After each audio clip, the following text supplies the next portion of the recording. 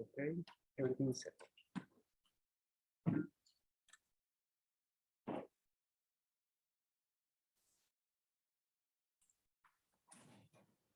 He's mute. Are you on mute, Matt? Yes, I am. You would think 2 years after pandemic and all of the Zoom, some of us would remember to unmute. I never do. It's amazing. It's not like second nature. I'm surprised, but there you are. Where are you? You're in Chicago. Yeah, I'm sorry, I'm at a conference on market power, which is why I'm a little disheveled. So just give me and also I'm unable to get my Wi-Fi working on my computer. So I'm doing this on my phone. My apologies. So it looks good and it sounds good. Okay, good. So just give me 1 second. Sure. I like to sometimes not mute and then just like talk without sound, and then people are like, "Are you muted?" And it's really confusing, and I just enjoy that. That actually sounds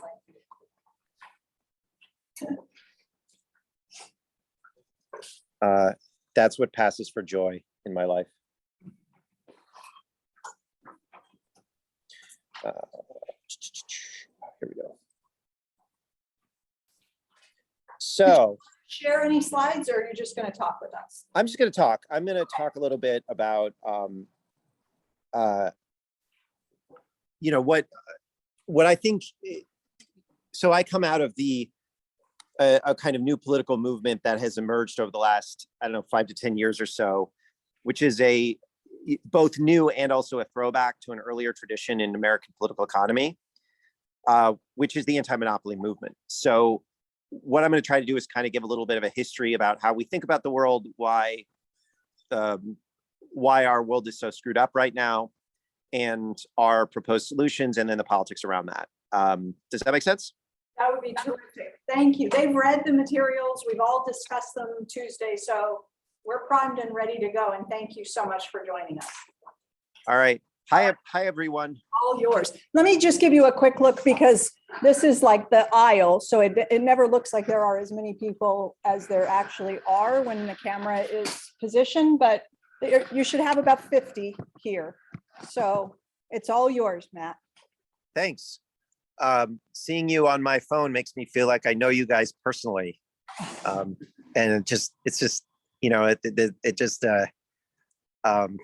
anyway, hello, everyone. Can I get a noise back? Okay, yeah, that was super enthusiastic. I appreciate it.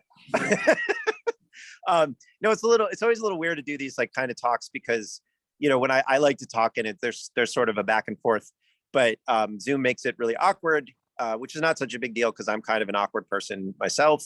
But generally speaking, I like to have some feedback. So if there's something I'm saying that you don't understand or you want to comment on, feel free to interrupt. You can raise your hand. I probably won't see you, but Stephanie will, and we can make this kind of a conversation. There's also a possibility that I will be kicked out of the space that I'm in, since it's a conference and everyone's at lunch, but they might come back. So all that said, so I'm Matt Stoller. I am the director of research for a think tank advocacy group called the American Economic Liberties Project. And I focus on the problem of monopoly, which broadly speaking is the power that we've placed in the hands of organized capital. Just to be clear about what a think tank advocacy group really is, it's basically a bank account that foundations give to, which are basically debt, pots of money left by dead monopolists. And we call ourselves fellows and various other titles, but really we're just influencers who don't use TikTok and try to talk to policymakers and do it in a very annoying, nerdy way. And a lot of them are corrupt. All right, so we'll start with what is the problem with American society today as we see it. So we have a monopoly crisis, and I'm sure you guys have noticed this in your lives, but also in some of the work and reading that you've done. Just to give you a couple of thoughts on it, 75% of industries over the last 20 years have gotten more concentrated. And I write a newsletter called Big. You guys, I think, have read an issue of it. And, I just talk to a lot of business people and workers, and what they tell me is that there is concentrated power in every part of American commerce. So it's big markets like cable and search and pharmaceuticals, and small markets like tabletop games, missiles, munitions, things like that. And monopolies have a lot of consequences, or concentration has a lot of political and social consequences. It generates a wage inequality, it undermines innovation and entrepreneurship, generates regional inequality when you pool capital into a few cities on the coasts. That's where all of the money and opportunity goes, and a lot of the rest of the country is sort of left out, and then those cities themselves become dramatically unequal. Monopolies undermine, they also damage democracy, through a range of problems, everything from invasions of privacy to speech concerns, to just sort of cynicism and nihilism that we're seeing more and more. And I think more fundamentally, and this is what probably the biggest harm that comes from concentrated power, is that they generate fear, frustration, and alienation. You can't really calculate that, but that's what I have observed in general around the problem of market power. So I guess maybe about maybe 6 months ago, a year ago, the Wall Street Journal published an article titled "Need to Call Your Airline, Your Hold Time Will Be Approximately 1 zillion hours." And so the article was about how airlines who receive tens of billions of dollars from the taxpayer in return for keeping people employed still laid off their customer service teams. And now the wait times are kind of insane. So, there's sort of some colorful anecdotes. So there's a 22-year-old reality TV producer who needed help changing a flight from LA to Miami after the website kept crashing on JetBlue. He called up and was told that he had a 280-minute wait time before he could talk to someone. So he went through his to-do list. He then finished an episode of Love After Lockup, kept the volume on his AirPods low in case an agent picked up. He did 2 full cycles of laundry. He cooked some waffles and bacon. He washed the dishes. He packed for an unrelated trip for the next day. He also set a timer for 1 hour and 45 minutes and took a nap. When I woke up from my nap, I was still on hold. So, there are a number of stories like this, but I imagine that you guys have probably had a story like this in some good or service that you were attempting to deal with. Actually, is that true? I don't know. Have you experienced long wait hold times? Is that a thing? Lots of yeses in the room. Lots of yeses. Okay. Yeah. So there we go. So this is we've all experienced this kind of nonsense as a consumer. It happens when your phone company attaches a small administrative charge to your bill. It's not worth fighting. When, a hotel tacks on a resort or facilities fee to pilfer a few extra dollars from your wallet. You guys are students.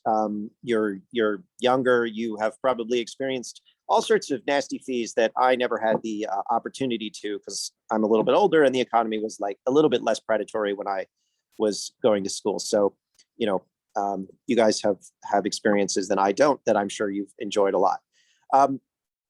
But also, big tech has taken over the sinews of our information commons, and it controls in many ways our habits as information consumers. So, we've seen stories about how Facebook knew that Instagram was inducing teenage girls to have eating disorders, but hid the research. And, we got insincere apologies from Mark Zuckerberg, although I think in that case, he didn't apologize. He just said that it wasn't true or something like that. Anyway, it's not like a big surprise that Instagram causes people to feel bad about themselves. But they knew it. They knew they had data on it, and they were hiding it. And these are just, Facebook is a pretty consolidated platform. Instagram's pretty consolidated. They own Instagram, and that's just one of the many harms. And economists, and this is kind of how we do antitrust, economists are very important, and they have no measurements for insults and petty indignities in our culture, at least none that I'm aware of. And they don't have a way of measuring fear or dignity. But Americans are pretty unhappy with the way things are going. So in 2021, Gallup found that just a quarter of Americans were satisfied with the size and influence of major corporations, and 18% of Americans were satisfied with the moral and ethical climate of the country. So these were substantial drops from 2020 and much lower than from 20 years ago. And 3/4 of Americans want crackdowns on big tech, And almost 9 of 10 think that those firms have too much political power. And I bet if you went into a bunch of other sectors of the economy, people would basically say something similar. What you do find is there's not a lot of opposition to cracking down on corporate power when you do the polling, but what you do find is people mostly think that it's impossible for politicians to do it. So the opposition to really having policymakers address these problems is just nihilism and a sense of cynicism and frustration and a feeling that I'm sure you all have that Congress won't do anything, that policymakers won't do anything, that the people in charge either won't or can't do anything. And there we go. So it's not just a consumer problem. It's a problem at work, whether white collar or blue collar. So, in 2015, the New York Times did an expose of the white collar working environment at Amazon, and which is a sort of a sweatshop type of arrangement where employees were emailed after midnight and texted to find out why they didn't respond. So apparently sobbing at the office was routine. You walk out of a conference room and you'll see a grown man covering his face, said one employee. Nearly every person I worked with, I saw cry at their desks. So that's the white collar. Those are the people that are sort of relatively speaking treated well, not the warehouse employees. And the blue collar world experienced this indignity for much longer than white collar workers. So in 2016, there was a viral video of executives firing workers at a Carrier plant so that Carrier could offshore production to Mexico. So Carrier makes air conditioners and heating materials. And this video, I don't know if you saw it. If you haven't, it's worth watching. It became something of a factor in the presidential race. In it, a management consultant, kind of a McKinsey figure, announced this to the crowd of working class Americans: the factory will be closed. So here's what he says. He says, the best way to stay competitive is to move production from our facility in Indianapolis to Monterrey, Mexico. And what happened next was actually more interesting than just this guy closing a factory, which is, the crowd, it was multiracial working class crowd. They were booing, they were angry. And that's what you would expect when someone says you're losing all your jobs, we're moving the factory to Mexico. But instead of expressing sympathy, this consultant, he got offended and he chided the crowd and said, I've got important information about the transition to share. If you don't want to hear it, other people do, right? So it's not just that you're fired or that the firm you work for thinks of you as a mere cog in a machine. It's also that you have to be insulted as you are laid off, right? That it's like it's the indignity on top of the indignity on top of the harm. Now, one response to these routine indignities is just take it and build up resentment. And Donald Trump in 2016 campaigned on saving these jobs, and Obama actually made fun of him. It said these jobs this is just inevitable. This is what happens with globalization. And so, of course, white non-college educated voters went for Trump overwhelmingly. Some of that, there are a variety of reasons, but one reason I have to say is these petty indignities, one on top of another, leads to resentment. And you can tap into that resentment for political purposes. Another natural response to anger or frustration is to speak out, to organize, to build institutions through which one can project voice. And in the workplace, one traditional model has, since the Great Depression, has been to form industrial unions. And yet workers, especially in low-wage physical labor, are generally too scared to do so, although that is changing in some ways because of the hot labor market. So in terms of big unionizing campaigns, so this is before the most recent set of unionizing campaigns at Starbucks and Amazon. In 2017, the United Auto Workers lost a devastating unionization campaign in Tennessee to organize a Volkswagen plant.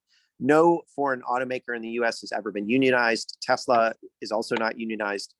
In 2021, Amazon crushed a unionization campaign at Bessemer, and unions continued to weaken. So in 2021, the number of union members in the United States dropped by 300,000. And that could change. I think it is sort of changing, but that is a result, that failure, that it is a result of fear, and the problems that people are having today unionizing are still a result of this kind of fear. Now, our legal system is so tilted in favor of capital that we've gone beyond breaking unions towards constraining workers by contract. So around 30 million Americans have signed non-compete agreements preventing them from working for a rival employer, many of them at fast food restaurants or other low-wage occupations. Employer power over labor is so extreme that the Treasury Department just found that it costs about a fifth of people's wages. So market power over workers, which is to say where, the reduced ability to switch jobs for higher pay or better working conditions. So another reaction to this kind of indignity is to quit. And that's what's happening in force. 40% of workers looking for another job right now, or at least they were, according to the Society for Human Resources Management. So the turnover tsunami is concentrated among younger voters, Black workers, Hispanic workers. And the quit rate this year and last year were at record highs. But the data is incomplete because we don't measure in any credible way whether people think that they are actually free. And I don't think it's possible to do so. How do you measure freedom? Like, you can come up with sort of silly indexes, and there are think tanks that do that, but they are silly. When discussing concepts like freedom, dignity, resentment, I think the best way to look at it is to turn to the arts, right? And I think Office Space, how many of you seen the movie Office Space? Has anybody seen the movie Office Space? Yeah, there are some hands up. There are some hands up, okay. So Office Space, it was, I think it's like from the early 2000s or late 90s, but it's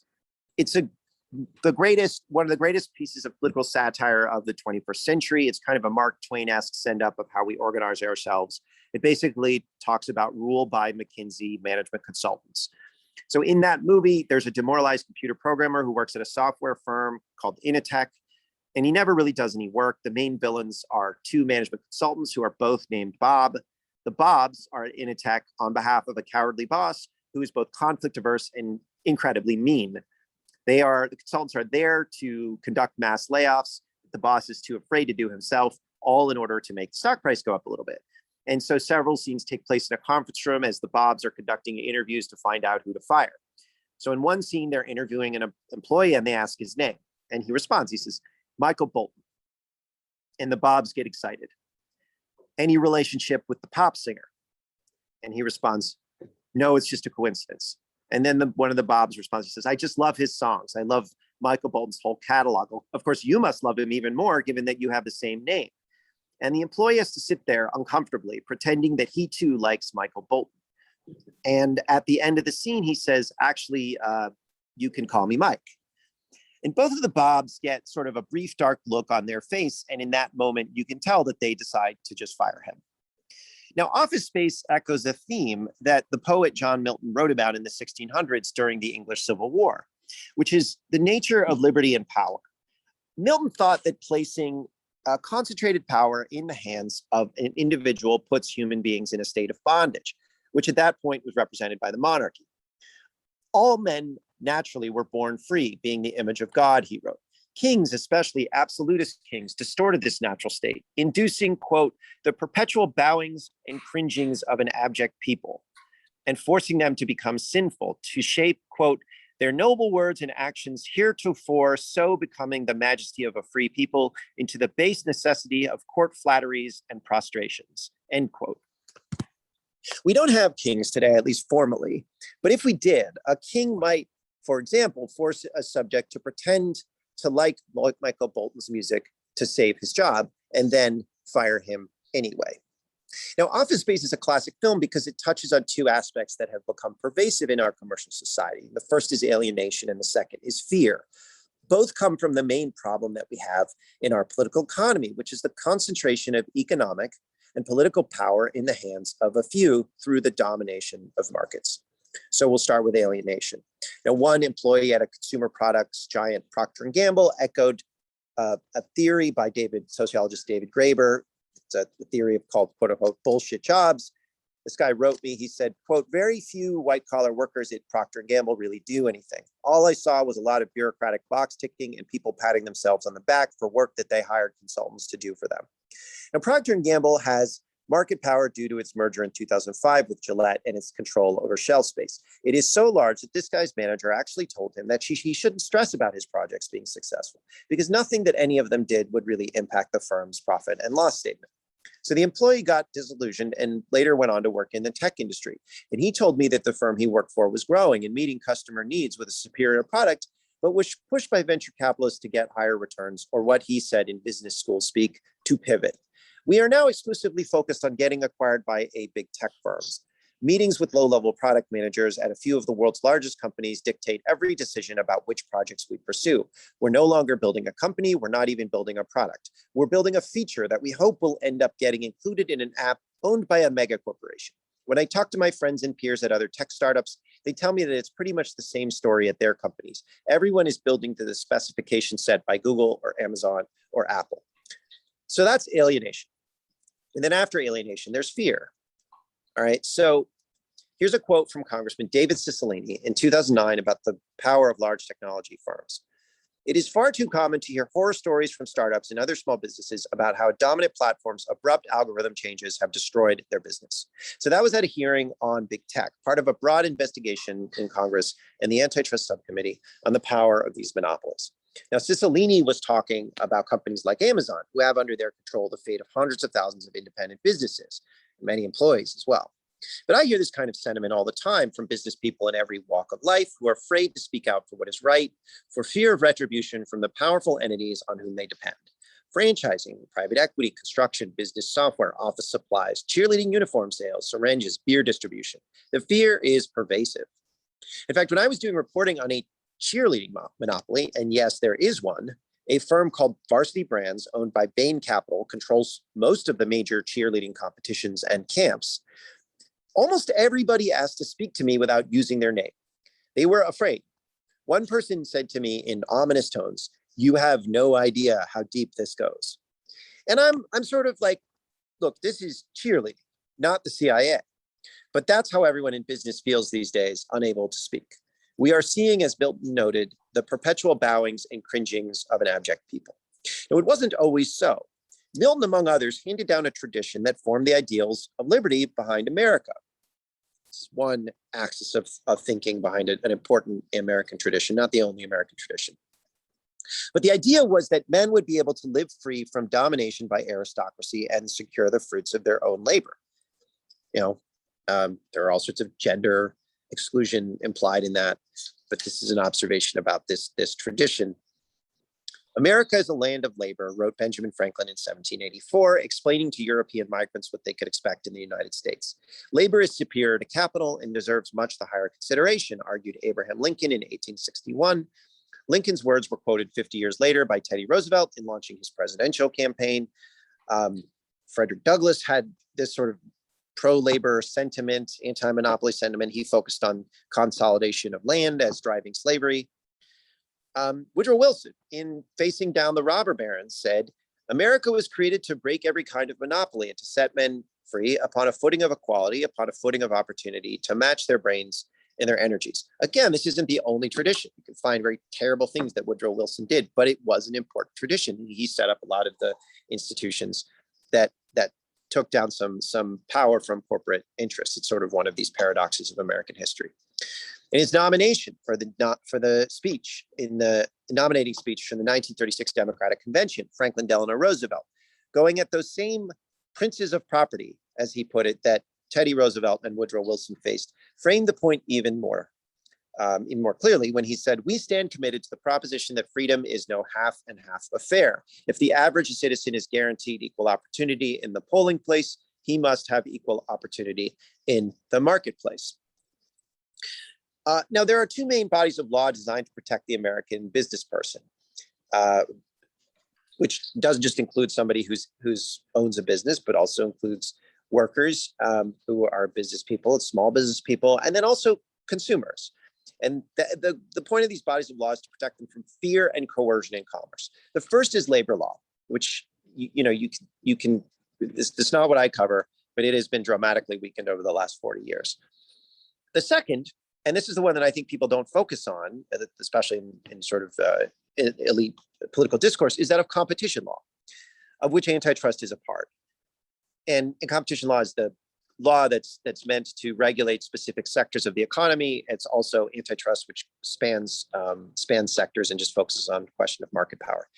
But this body of laws, the competition laws, are tools meant to deal with monopolies and unfair competition. In 1950, Emanuel Stoller, a congressman who ran the same anti-monopoly committee that investigated big tech and also ended up writing the Civil Rights Act, said the following: Under our ancient common law, your neighbor must not point a gun at you, even though he has never shot anyone. Similarly, our antitrust laws were intended to protect businessmen not only from violence, but from fear of violence. So he was reflecting the consensus of the time, which was that policymakers should seek a union-dense, high-wage, high-productivity economy with significant new business entrants. Americans understood that without economic liberty, which means freedom from arbitrary and coercive power in commerce, there can be no political liberty. Americans fought the Civil War to free us from the slave power, passed the antitrust laws, and built a regulatory state to attack the concentrated power of the J.P. Morgans of the world and create a world-class industrial society that expanded lifespans by decades. Now, when I say J.P. Morgan, I meant J.P. Morgan of the early 1900s, who was an actual person and incredibly powerful, sort of the boss of America, per se. So what happened to bring us to the low point that we're at today? So in the 1970s, there was a revolution, and it was a confusing one because it happened on both the right and the left.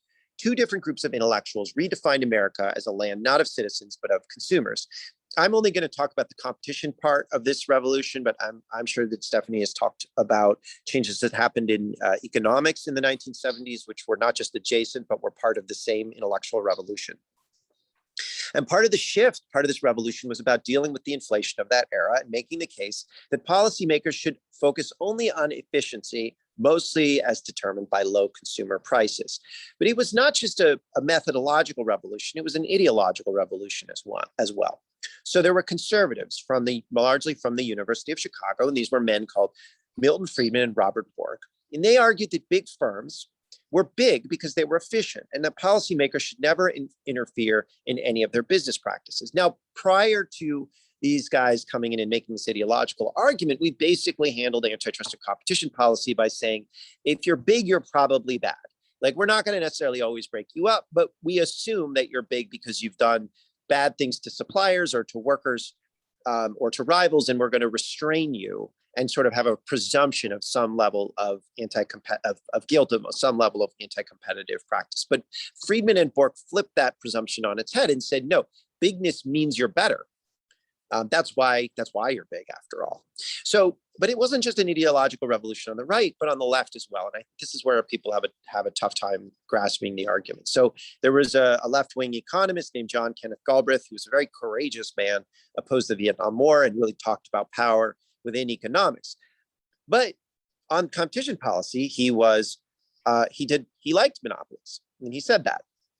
He argued that America never really had an anti-monopoly tradition and that big corporations could be the route to a better governed, more progressive society. In fact, Galbraith argued that democracy was something of an illusion and that the Soviet Union and America had similar economic systems. It is part of the vanity of modern man that he can decide the character of his economic system, Galbraith said. Man's area of decision, in fact, is vanishingly small. That's a quote from him. He also said that in order for a corporation to have to be progressive, it must have some element of monopoly power. Now, before these movements emerged, policymakers sought to prevent corporate conflicts of interest in coercive practices and stop significant mergers that would reduce competition. They also just thought concentration was a problem. They looked at big institutions and they said, in the private sector, big is bad. We want to have rivalry. We have checks and balances in the political sphere, and competition is the way that we bring those checks and balances in the commercial sphere to prevent arbitrary and coercive power and the takeover of our society by autocrats or monarchs or however, aristocrats, however you want to put it, whatever time you're in. When you're looking across the ocean, you either see authoritarian kings or you see, fascist oligarchs, but that was what they feared. But in the 1970s, these notions were tossed out as outdated and inefficient. Big corporations, according to this new way of thinking, would never abuse their power because that wouldn't be rational. And all of their models assumed that individuals always acted in an economically rational, self-maximizing way. So in the political sphere, this is how this framework came out. So this is a populist congressman who was very left-wing. And in 1976, he said, the populism of the 1930s doesn't really apply to the 1970s. Now, these two groups, the right and the left, who didn't like each other, but they took over both parties and they began influencing Congress and antitrust enforcers. Naive new consumer rights groups and political leaders were persuaded by the legal establishment that laws to support workers in small business, while disfavoring big business, were simply protectionist rackets designed to help special interests. You can find endless numbers of Democrats in the Carter administration talking about how much they hate the Teamsters and how afraid they are of truck drivers and how they don't like unions, not because they think that they are inefficient. I mean, you can see this is in the literature. I mean, the biggest proponent of deregulation of airlines was Ralph Nader and the consumer groups. And that was true. You know, the Gray Panthers, who were an important advocacy groups for older people, they were adamantly in favor of financial deregulation, as was Nader. So this stuff was coming from the left. It was also coming from the right. And we have to remember that old populist tradition, the one that comes from Milton, that tradition had sort of been defeated by this pincer movement in the 1970s on both the right and the left, who didn't really like, anti-monopolists. So part of this was to say that distinguishing between big business and small business became foolish as concentrations of market power descended into the realm of myth. A different way to put it would be to say that people just stopped saying that there's any difference between business and cheating. So this was a small business lobbyist in the 1970s who was lobbying against repealing a rule that allowed big firms to engage in price discrimination, which is a key tool that they use to undermine rivals. He said about the Democrats who came in the 1970s, these are the people that wouldn't think of committing discrimination in a sociological context, and that would horrify them. But in an economic context, it becomes the thing to do. So going after small business is fine because small businesses are just, they're I believe that C. Wright Mills called them self-exploiters. It was sort of all this kind of crypto-Marxist language about how small businesses were sort of bad and the root of fascism. So in academia, in the halls of power and boardrooms and labor unions in the trade association world, the pro-monopoly side won. And they won overwhelmingly. By the late 1970s, the intellectual debate was over. So there was an antitrust scholar who said that antitrust is, quote, a totally non-ideological field. Antitrust became technical, a law to be used only by economists and experts, not people who work for a living. It was perceived of as a neutral science. And while this guy was a Chicago schooler from the right, he was correct. I mean, you can see it in the arguments in the 1980s and 90s. There's basically there's very few Republicans or Democrats who oppose the framework for antitrust of that era, which was about promoting consolidations of economic power, not preventing them. The thing is, this neutral science had a particular pro-monopoly, pro-concentration bent. So George Stigler, who won a Nobel Prize in 1982 for economics, and it would be celebrated at the Reagan White House, he noted, quote, by 1980, there remained scarcely a trace of the old anti-monopoly framework in the economic literature. So Reagan relaxed merger law and restructured the FTC. He fired a bunch of the lawyers who focused on protecting small business, and he hired neoclassical economists in their place to say that there really is no problem with market power. It's all supply and demand. There's no frictions. There's no actual political power. We'll assume away democracy and all these other things. They don't matter. The only way to understand people is as consumers. So from the 1980s onward, with this framework, this change, this radical revolution, this change in philosophy, corporations consolidated in nearly every area of commerce, in manufacturing, agricultural, media, banks, chain stores, technology, telecommunications, and defense. So this consolidation trend started under Reagan, but Bill Clinton continued and expanded it and globalized it, actually.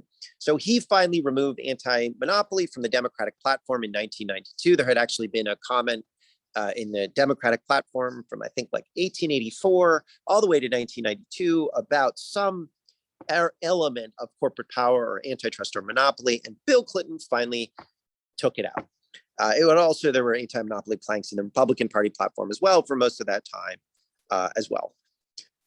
So it was under Clinton's tenure that Walmart finally had a store in every state and overtook General Motors as the top employer in the United States.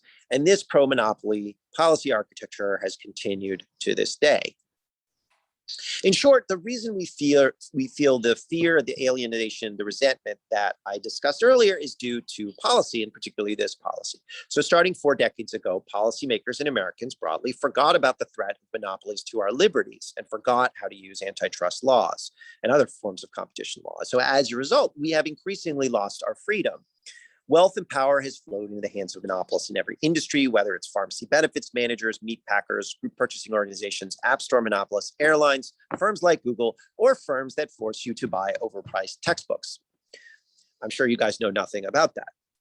Now, today we are ruled by human resources divisions, customer service hold time algorithms, arbitrary hospital billing departments, or distant faraway bosses who hire management consultants to give us bad news. Or we are part of that managerial elite of ass kissers, bowing and cringing and pretending that we love Michael Bolton. I will say this, I think Michael Bolton's skits on Saturday Night Live have been really funny. You probably haven't watched them, but I'm not lying when I say that. No one's forcing me to say that. But I do think that we are actually waking from this monstrous experiment in illiberalism in basically an anti-democratic philosophy of how we run America and more broadly sort of societies across the world who have adopted this philosophy. The reality of our capital-heavy economic order keeps intruding into our politics, whether it's financial crises, bad behavior by tech firms, monopolistic industries like semiconductors, railroads, or ocean shipping, cartels causing supply chain shortages, or really anything else. I mean, nursing homes, killing people, opioids, all that stuff is a result in many ways of consolidation, concentration, and failures to deal with things like conflicts of interest. Now, what we're seeing, and it's we're sort of at the start of this, but it's getting more important, and not just on the Democratic side of the aisle, but on the Republican side of the aisle as well, is that antitrust has become an increasing part of politics, with both members of the left and the right trying to figure out how to slot it into a political agenda, and not just in product markets, but in labor markets too, and how employees dominate workers. And it's sort of a rough going. The last week or the past couple of weeks, the Department of Justice lost 3 trials around the problem of no poach agreements and wage fixing, where employers were trying to restrict the opportunities their workers had. They were basically just stealing from their workers by colluding and saying, no, you can't leave this job and go work somewhere else. And the DOJ brought these cases and took them to trial, and juries didn't believe them. But these are the first trials that the DOJ has brought for this kind of pervasive, aggressive attempts to control employees. And it takes some time to figure out how to bring these trials, but that's an indication that there are some changes. And you also see, more, I think, prominently in some ways, more importantly, the Amazon unionization victory in Staten Island, and we'll see where that goes. But also the unionization of Starbucks employees, and now Apple Store people are starting to unionize. You saw some resistance at John Deere, not just to the company itself, but to their own union, which wasn't advocating for them aggressively enough. So you're seeing sort of this broad revolt against the sort of status quo. I mean, you see this on the right as well in different ways. And just to the Trump administration actually was the one that brought the antitrust suit against Google. The Biden administration has gone further, issuing a government-wide edict to promote competition and protect the power of workers from coercive employer practices. And they've placed important anti-monopolists in certain key parts of government who are bringing these cases and trying to push the law in a direction that moves us away from that kind of Reagan era ideological revolution. But you're seeing this kind of on the right, where there are now attacks on Disney and there are attacks on big tech, and not necessarily for the same social reasons. In fact, for social reasons that many people on the left would find abhorrent, but they are also, coming back to this old agenda, saying that economic concentrations should not have political power over social choices. That belongs in the democratic sphere of deliberation.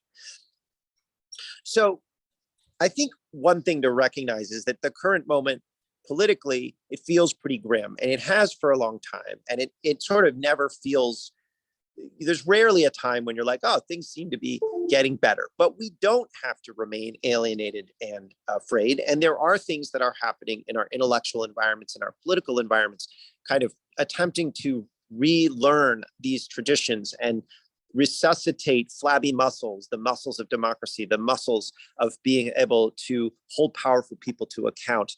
And we're trying now. I mean, we weren't trying for 40 years, and we're going to lose a lot, but we're going to start winning. And so I think, like, I'm not necessarily super optimistic, but there are reasons to think that this old era is over. And now the task of, I think, your generation is going to be to figure out, how do we revive these traditions and bring back a lot of the way that we allowed people and larger groups of people to experience political liberty. So I really do believe that a lot is now possible if we can, as we are doing, capture and relearn our anti-monopoly tradition. So that's what I have to say.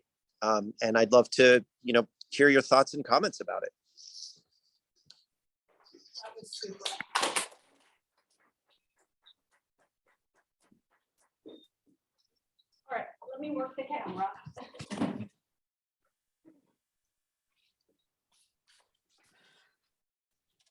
All right.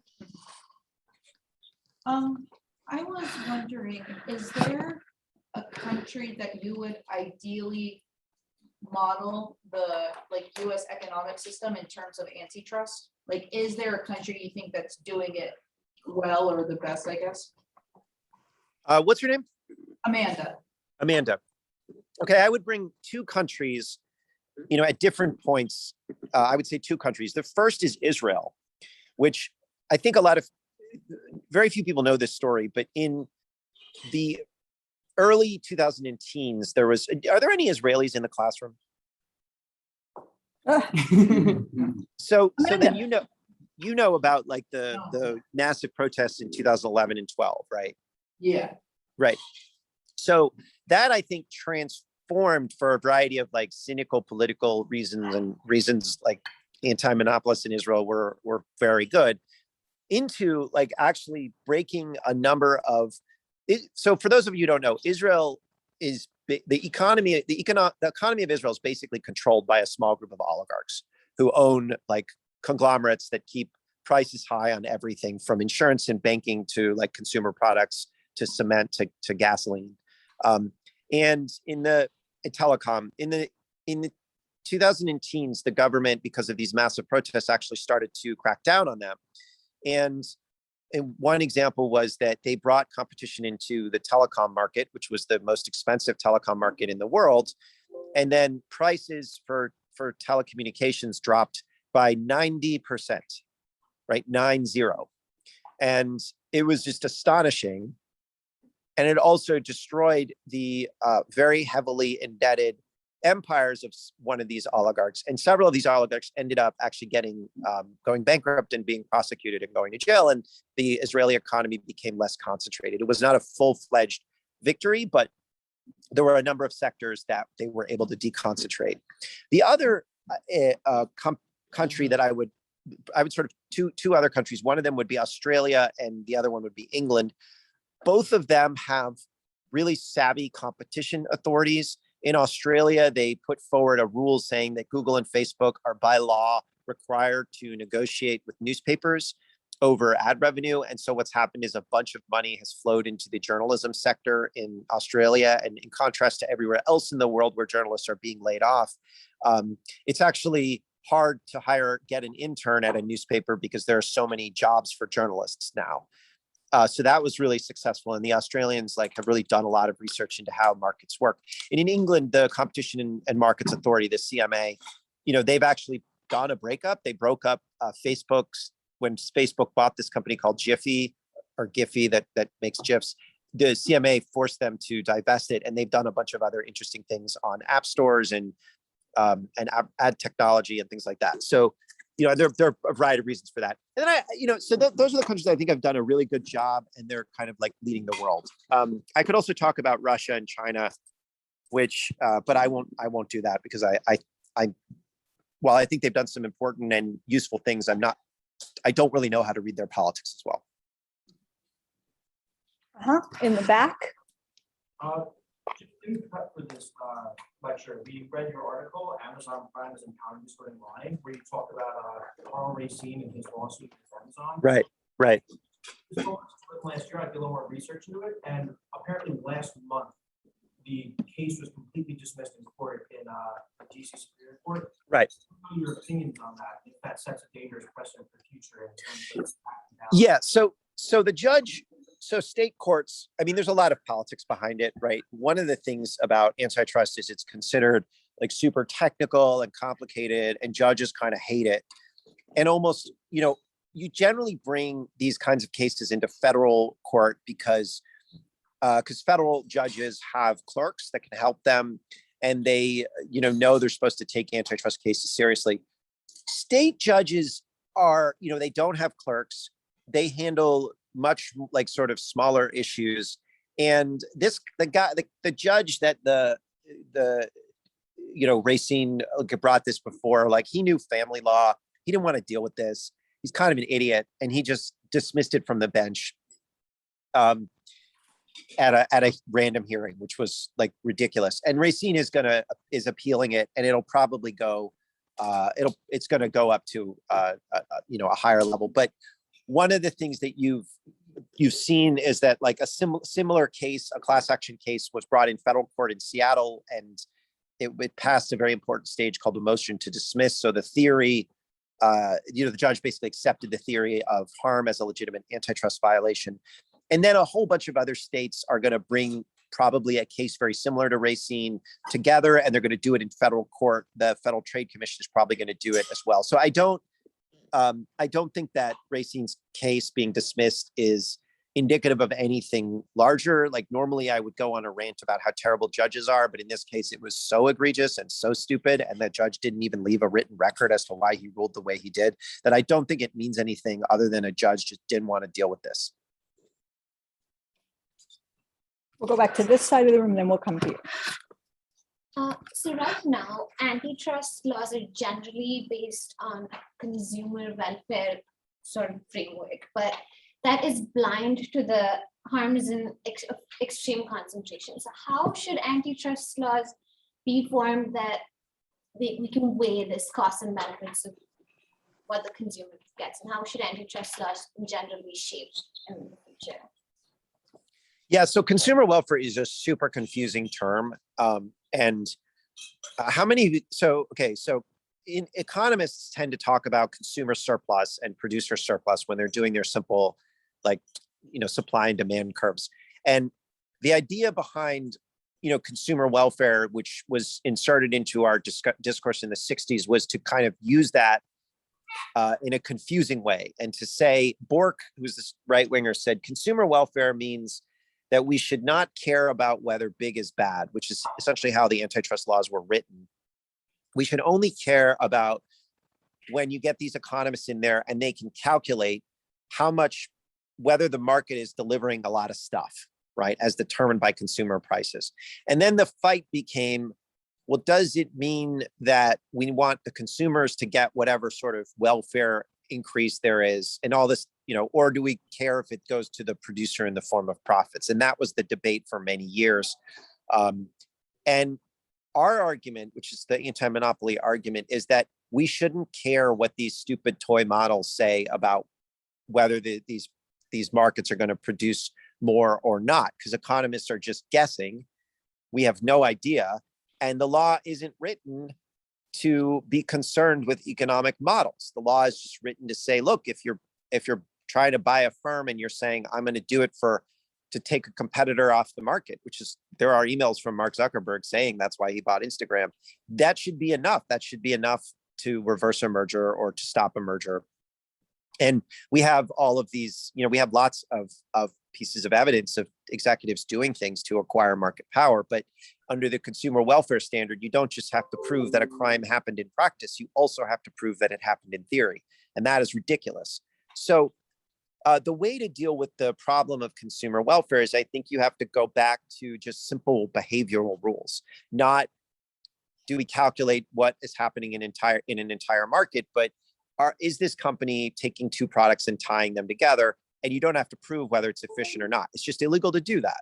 It's like treat this stuff like a stop sign when you just have to stop. You can't even if it's more efficient, and there's no one around, you still have to stop the stop sign. So that's the way I would put it. And then I think the way that you implement that now, where you have like a very corrupted judicial establishment and very corrupted economics establishment, is you just do simple laws that put prohibitions on mergers and certain behavior based on a size threshold. So you say, if you're worth more than $5 billion or $10 billion, you're not allowed to merge anymore.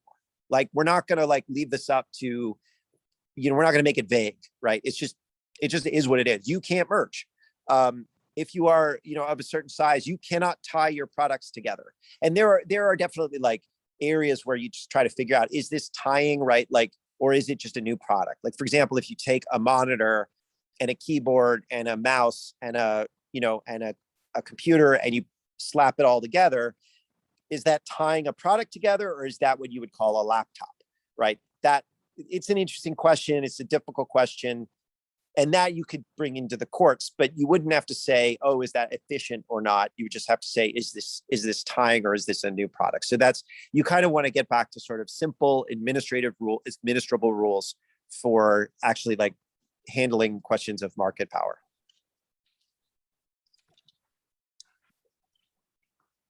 So earlier you talked about how antitrust laws are meant to protect people involved in commerce from fear and influence and coercion by larger conglomerates. With that in mind, if antitrust laws are meant to stop that from happening in the first place, where do you think the opportunity is to remedy that once antitrust laws are strengthened and enforced again? How do you get business people and people involved in commerce to regain confidence that they can operate freely and without the fear of coercion? You got to put someone powerful in jail. I mean, there's no, and people will not believe that, these big tech guys, like, they don't believe that they will not believe anything is going to happen to them until something happens to them, right? We just have a world where the powerful just are lawless, and like, you can be a heroin dealer and kill 100,000 people and make $10 billion off it. And, maybe you have to give $5 billion back, and that's the Sackler family. And until the Sackler family goes to jail, like, people will not believe, nor should they believe, that there is that there is a system of justice where the powerful are held to account the same way that ordinary people are, or in roughly the same way. I mean, we've always had, a dual standard of justice, but today it's I think at an extreme. So what you have to do is you have to like bloody some noses of the powerful. And this would be my critique of the handling of the financial crisis under Obama, which is, there was this really radical shift in American, and I think global politics after the financial crisis, where you have this deep sense of nihilism and cynicism that wasn't there prior to 2007 and 8. I mean, there was frustration and anger because of a lot of bad things that had happened, but the sense that law is a joke that I think pervades things like the crypto world or other areas of commerce, that is a result of sort of almost explicitly forming two standards of justice. And in order to remedy that, we have to actually try to get rid of those two standards of justice. You have to bloody some noses. You have to send some powerful people to jail and break up some of these companies. And when you do that, then I think people will regain confidence. I don't think it's going to take that much, but it's going to take something. Kind of speaking on like the absolute kind of power some of these companies have, how does the antitrust movement fight against lobbying? Because obviously lobbying has a major influence on US policy. Yeah, so it's a good question. So we did a study at my think tank showing that when an industry becomes more concentrated, okay, let me take a step back. So there's this general feeling, well, we need to like reverse Citizens United. We need to like get money out of politics and all that. And I'm for that, all that stuff. Yeah, go get rid of Citizens United, public finance. Cool. But one of the things that I think we found, and this is a study that we did, is that when industries become more concentrated after a merger, there's almost a 1-to-1 increase in lobbying spending a few years later, right? And then the same as it happens in reverse. When industries become less concentrated, a few years later, there's almost a 1-to-1 decrease of lobbying spending in terms when you match against the concentration levels. And this is for a simple reason, which is, if you're a CEO and you are trying to, what do you focus on? If you have competitors, you focus on your competitors. You focus on beating them with better products and services. You focus on retaining customers. And if you don't have competitors, then you focus on lobbying and maintaining your monopoly. And you focus on things like reducing your taxes by through politics. So if firms actually face competition, they will do less politics. If they face less competition, then they will do more politics. They will do more lobbying. So I think one of the most powerful things that we can do is just really decentralize power in the commercial sector and create more competition. I mean, there's a lot of other things that we have to do as well. But, the other thing I think is that, there is at the end of the day, we are a democracy, or at least we have the sort of, we're not an oligarchy or an entirely corporatist state at this point. We could become that, but we're not. And politicians do respond to citizens. And as people have gotten more frustrated, you've seen more interest in the state level and at federal level in changes to antitrust law. So I do think that ideas do fundamentally control politics. And while lobbying and campaign contributions can delay some of what's happening, I don't think that they can stop it. And I think if citizens actually start demanding things, politicians do respond to that. You brought up earlier England and Israel as examples of like countries that the USA should at least like attempt to emulate. I'm not entirely familiar with Australia, but I think like especially with Israel had like an incredibly unique like situation where like post-second Intifada, like the work permit system meant that like the population of Palestinians working in Israel 40%, 4%. That's like a drop in a factor of 10. There's a map that you have that like massive drop in labor. Like the amount of labor, right? Obviously, the balance of labor and capital situation, right? And then, like in terms of, I don't know how like replicable that is in the USA. And then in terms of England, I think England suffers from a lot of the same sort of economic problems that the USA does, right? The deindustrialization that happened like in the 70s is like it put entire regions in poverty. It's applicable to the entirety of the UK, not just England. I think there's like the balance of labor and capital in England is really weak. Like unions are on like decline in terms of power, 0-hour contracts and whatnot. Like how much, like even if like we were to like have something similar to the CMA in the United States, would that really how much would that actually change the political landscape, and how much of that could we really replicate?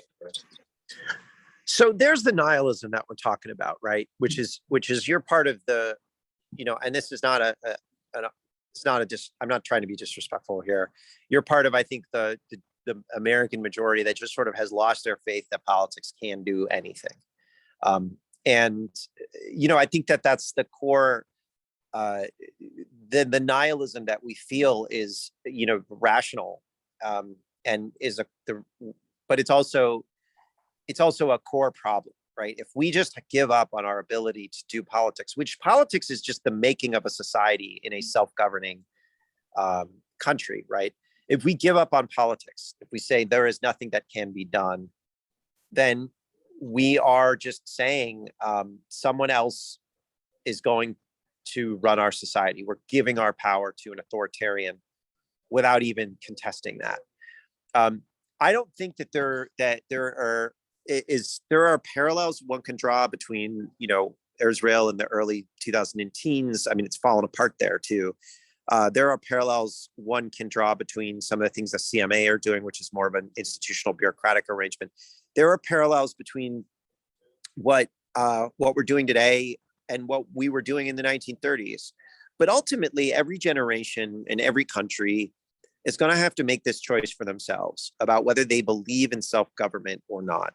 And every country, every society, we're going to have to figure out their own way of doing it. And they're not going to replicate everything from any other society. And it's just kind of a question of, do we have the confidence to say, yeah, we're going to try this and we might fail, but we're going to fight for our liberty.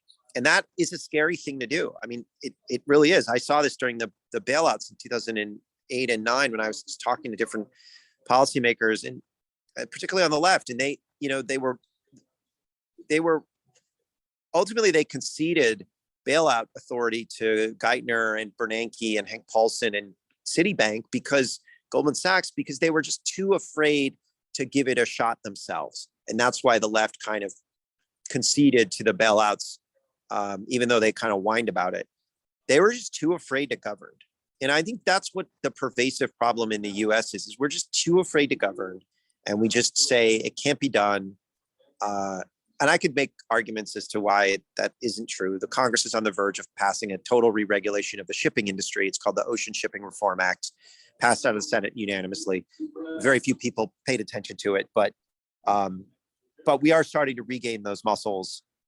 And I think it's worth fighting for. But I mean, your general observation is not wrong. I mean, maybe we will go authoritarian. Maybe politics isn't possible anymore. But I just think it's still worth a shot. People are double dipping here.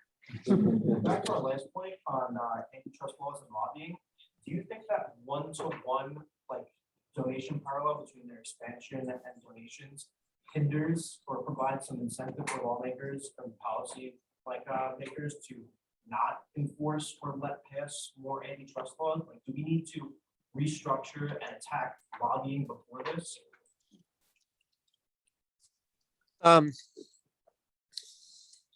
You know, there is no giant conspiracy. Like, it's way less organized than you think. Policymakers, they don't think that far ahead. So, attack it all at once, right? Advocate for what you believe in. And, my view is that addressing concentrated markets is a really key way to address all of these other problems that should be, we need to go after them as well.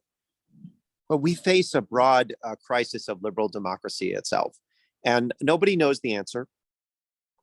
And there is no wrong or right path.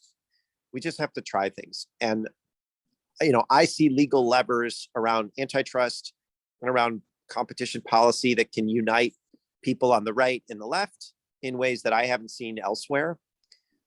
I've seen legal methodologies that we've used before that can work. I think I see things that Americans really believe in across the spectrum.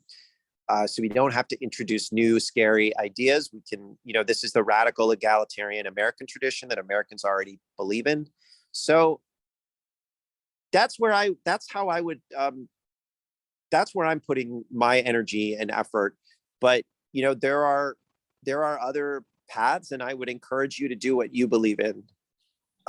If you think that lobbying is too powerful, I would encourage you to go work in Congress or work in a state legislature and learn about it and, experience it. That's definitely a legitimate point of view.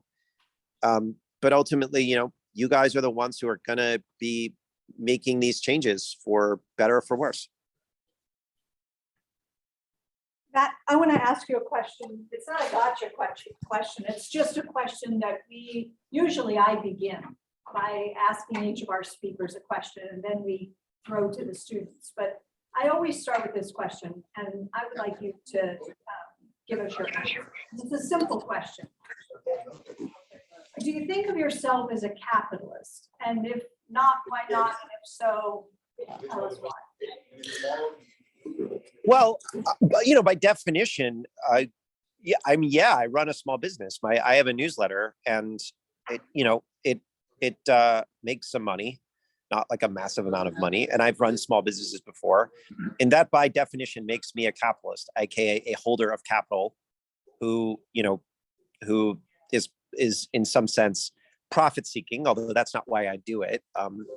And yeah, so I think there is a I think the traditional sort of Marxist framework divides the world into capitalists and work and labor, but I think a better way to think about it, and this isn't my area of expertise, so I'm sure that there's going to be a ton of people who are going to say you don't understand Marx or whatever, and you're probably right, but I'm kind of like a mix between a worker and a capital owner. I'm a small business person, and the way I think about the world in the traditional democratic model is that, prior to the 1970s or 1980s there was small business, or what they called small capital and labor, versus monopoly and finance, right? So the idea was, a small farmer is both a owns some land and capital, but also is a worker. And but a giant, agricultural processor who just grabs rents, they're like a middleman. And so the way I think about the world, are you like, the people that do the work should control the work. And I think of myself as somebody who does, who tries to do the work. I don't, subsist on economic rents. I don't manipulate other people for money. I'm not a middleman. And, I think that we should divide the world into people who work for a living and people who, operate with market power to squeeze rents out of others for a living. But that isn't a question of whether the dividing line is not whether they have capital or not. The dividing line is whether they have seized control of a bottleneck in either finance or some other area of a market and squeeze. That's perfect.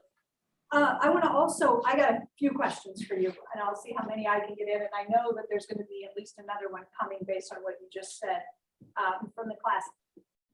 You mentioned the Sackler family. You talked about, alienation and fear and some of these, feelings that people have had that are legitimate, that are related to the hollowing out of their communities and the, loss of autonomy and all of these sorts of things. I'm just thinking about the work of two economists, both at Princeton, one a Nobel Prize winning economist by the name of Angus Deaton, and then there is his spouse, Anne Case. And so Case and Deaton, I don't think I've talked with the class about the two of them before, but they started writing about, and it's really her research and her work, although he's published some with her, about deaths of despair.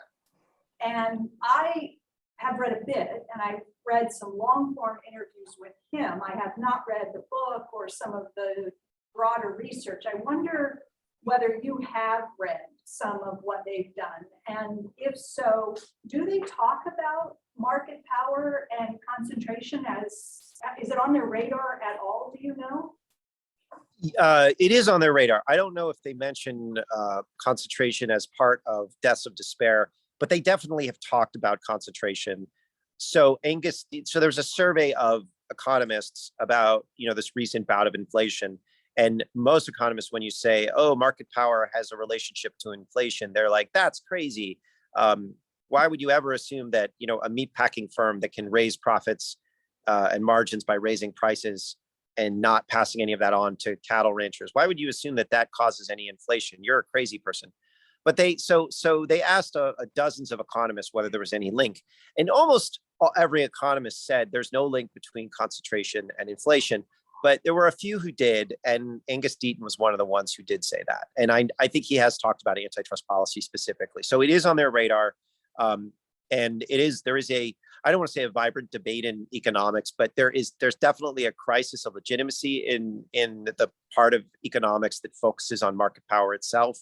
And I think there is increasingly a sense that they have to figure out something about this market power thing, because what they have now, the toy models that they have now, don't make any sense. And Angus Deaton is I think an important scholar in that regard. I think there's a really clear through line, and if they haven't worked it into their analysis, I think it would be very easy and compelling to bring that. Yeah. Another question I have, and it's just because I graded papers on Tuesday that were related to the materials that you asked us to look at. And I think at least a couple of students brought up the Chamber of Commerce. And I think there's sort of a perception, at least with respect to local Chamber of Commerce's chambers of commerce, that they're really there to advance competition, look out for this little guy. Would you just say a few words about how you view the role of the chamber, maybe at both the local and national level? Yeah, so chambers are very, like, there are all sorts of chambers, like at a local and state and even international level. There are a lot of chambers are just places where business people get together and talk to each other about the things that are happening. So one example, so my organization worked on fee caps for delivery apps. So restaurants were suffering pretty badly during the pandemic because, DoorDash and the rest of them were like raising fees and,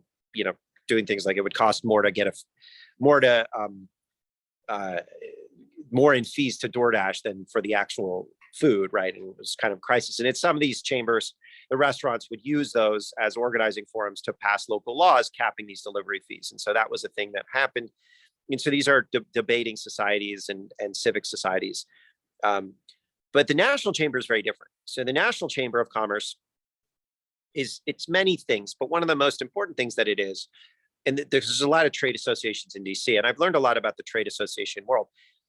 Essentially it's a pay-to-play organization that is financed by corporations to go to war with regulators when those corporations want to destroy a regulatory agency. So there are a lot of trade associations, the goal of which is to have relationships with policymakers and regulators so that they can tell their business members what the law is and advocate and bring up problems that they have, like kind of not necessarily the most evil stuff in the world. Some of it's evil, but some of it's just like, oh, there's this problem in the food system and they want to tell policymakers about it and they need an organized forum to do that. The chamber of, and those trade associations are financed by businesses that pay the money so that they can have relationships with policymakers, whatever those policymakers think, whether they're on their side or not. They just want to know what policymakers think. But the chamber, and there are a couple of other organizations like this, is financed by firms like Google or Pfizer or other big firms to just go to war and to run large advertising campaigns and bring lawsuits and just try to destroy the agenda of regulators that they don't like. And their business model is not to be paid by firms on a regular basis for having these relationships. It's not stable, it's lumpy, right? So they want to bring in $20 million from Google to run an ad campaign. So in many ways, it's a little bit like online organizing where somebody sends out an email that's like a panicked email being like, Trump is going to destroy this thing, click here to donate. The US Chamber sort of does that, except they say, Lena Khan at the FTC is going to destroy your business. Elizabeth Warren is going to destroy your business. Click here to donate. And instead of $10, it's $10 million. And so that's the business model of the National Chamber of Commerce. But the regional ones and the local ones are different. Some of them are really bad, but some of them are just organizing forums for businesses. One more question before we let him go. Amanda. Sorry, snuck in. I was going to ask something. You go ahead. So we had a speaker a couple of weeks ago, Mazzucato, who's the head of if I remember, the economic chair of the WHO, right? Uh-huh. And she talked about how dangerous patents can be and how they can really hurt consumers. So I was curious if the antitrust movement is also against patents, or what is their perspective on patents? Yeah, so patents are not good or bad. They just are, right? They are a mechanism to organize knowledge, right? So one reason for patents is to say, okay, if you patent something, you get a temporary monopoly, but also you have to give this, patent information to the government, which then publishes it publicly, right? And then so that diffuses knowledge as well as gives you a temporary monopoly. And it's not just about your ability to gain that temporary monopoly, it's also how you use it. So if you use your patent to acquire market power in an adjacent area. So for example, let's say you patent an important medication and that hospitals need, and then you say to that hospital, oh, if you want to buy our patented medication that you need, you also have to buy this other medication that maybe you don't want. And that is an exploitation of a patent that isn't based on the fact that that patent gives a temporary monopoly. It's based on leveraging that temporary monopoly into another instance of market power. And so there's a speech in the 1970s that became very famous. It was by the antitrust division called the 9 no-nos, which said, here are the 9 things you can't do with patents. And it was a bunch of things like I just described, which is the use of patents to go beyond that temporary monopoly, which is a legitimate monopoly. But it would be things like, saying, if you license our patent, then we get to control everything that you develop with that, on top of our knowledge, like stuff like that. So the question of patenting is complex, but it fundamentally, the question is, are you using a patent to protect the engineer, the innovator, essentially the worker? One way to think of patents, the way I like to think of patents, so the ideal way to think of patents, is as kind of a labor protection for the inventor. But it can be used as a tool by the financier or the monopolist. And we've like many of our other competition policy tools, we have shifted our use of patents away from the inventor and towards the monopolist, and to the point where there was some, I forget what it is, but there was some like medication, it's Humira, right? Humira, which the patent should have expired. They use all sorts of games to maintain monopoly.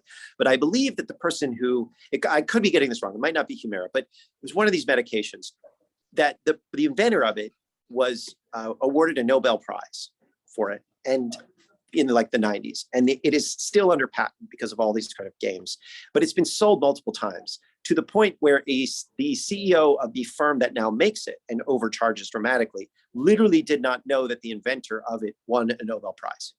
That is a bad use of the patent system. However, Google or Ford Motor or whoever being able to just appropriate the intellectual work of any one of their engineers or any of a small supplier, because they're big and they have power over distribution, is wrong, right? So it isn't okay to just appropriate the work of an inventor or an engineer by the big, and the patent system could and should exist to protect that kind of person. So it's not about whether patents are good or bad. It's about, are they a tool to protect the person who does the work, or are they a tool of the monopolist or the financier? And that's always what the debate really should be about. Thank you. It was, you're over there. It was great to see you, Matt. Thanks for the rest of your conference. Thanks for taking time. Of course. Thanks, guys. Learned a ton. Bye-bye. Bye. Oh.